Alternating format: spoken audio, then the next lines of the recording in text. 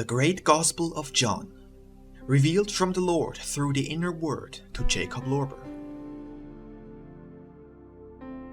Jesus explains his nature as God and as man. Volume 6, Chapter 90.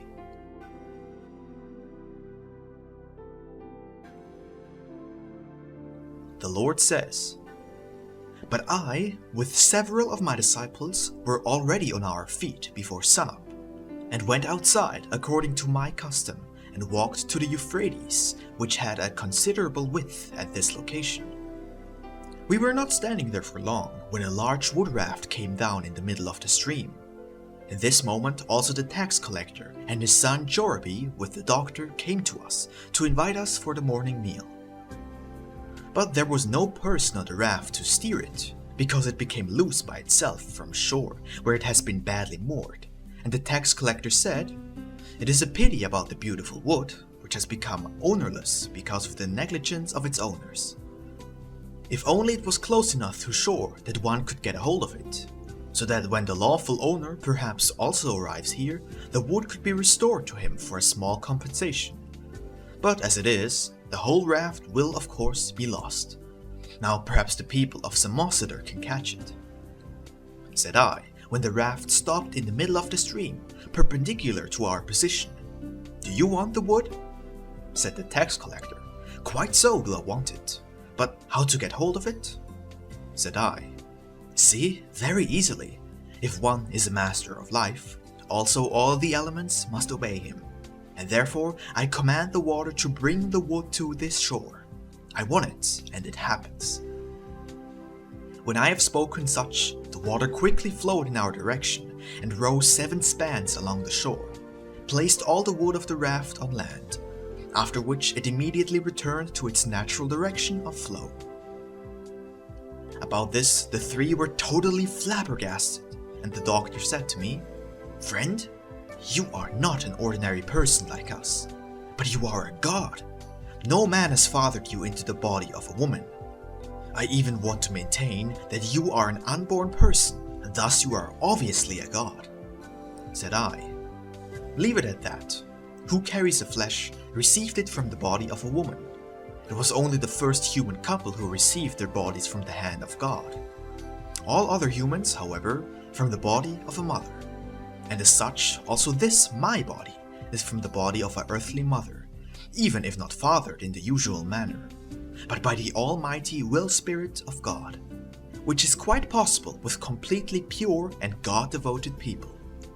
In early times, with still completely unspoiled, simple, and deeply God-devoted people, it was nothing unusual, and even in our current times, it happens so now and then.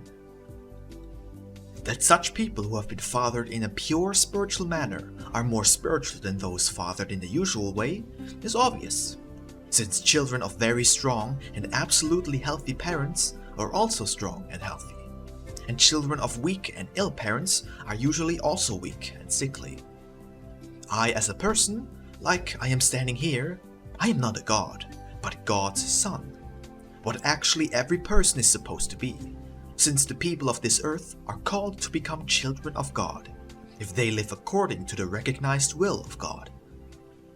However, one of them is by God from eternity, destined to be the first to have the life in himself, and to give it to everyone who believes in him, and lives according to his teaching. And this first one is me. But such life I did not brought with me from my mother's body into this world. Although the germ was lying in me, it still had to be developed first, which cost me nearly 30 full years' time and effort. Now, of course, I am standing here before you as perfected, and can tell you that all power and rule of heaven and earth is given to me, and that the Spirit in me has become fully one with the Spirit of God. Why I also can perform such signs, which before me no human has ever effectuated. But for the future, this is not a particular privilege for myself only, but also for every person who believes in me, that I have been sent into this world by God, to give to all people who now walk in darkness the light of life.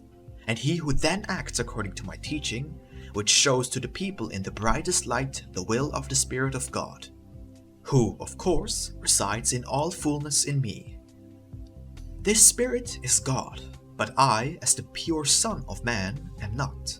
Since, like said earlier, I also had, just like every other person, through a lot of effort and exercise, acquired the dignity of a god, and only as such it was possible for me to unify with the Spirit of God.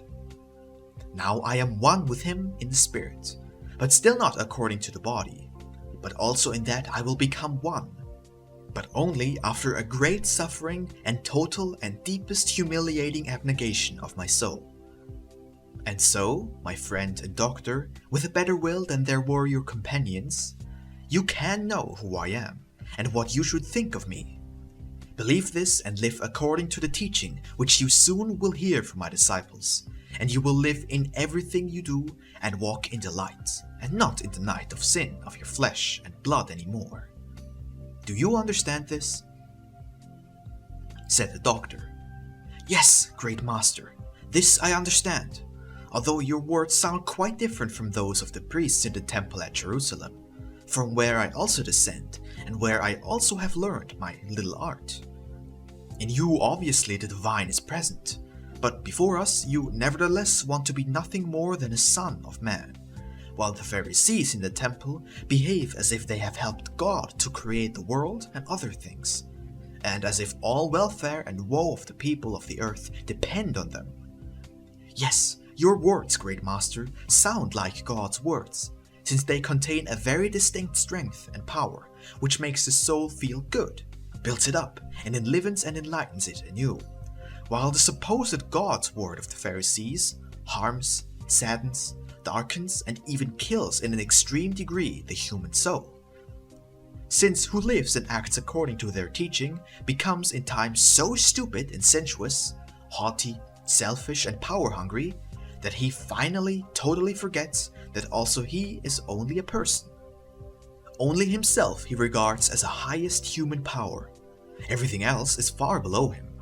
But according to your words, great master, it appears to be precisely the opposite of what the Pharisees teach, and what they actually want to make from people. Am I right or not? Said I. Yes, there you would probably be right. But now, nothing further about that anymore. The raft with wood is saved, and all of it is lying on dry land. And you, friend Jorabe, can do with it what you like, since the owner will not come here, for he is too far away from here, and the loss of this wood will not make him poor, because he is very rich. But give a sacrifice to the poor, and use the wood as you see fit. Said the tax collector Jorabe. Master, I thank you a lot for it, and the poor will not run short with me.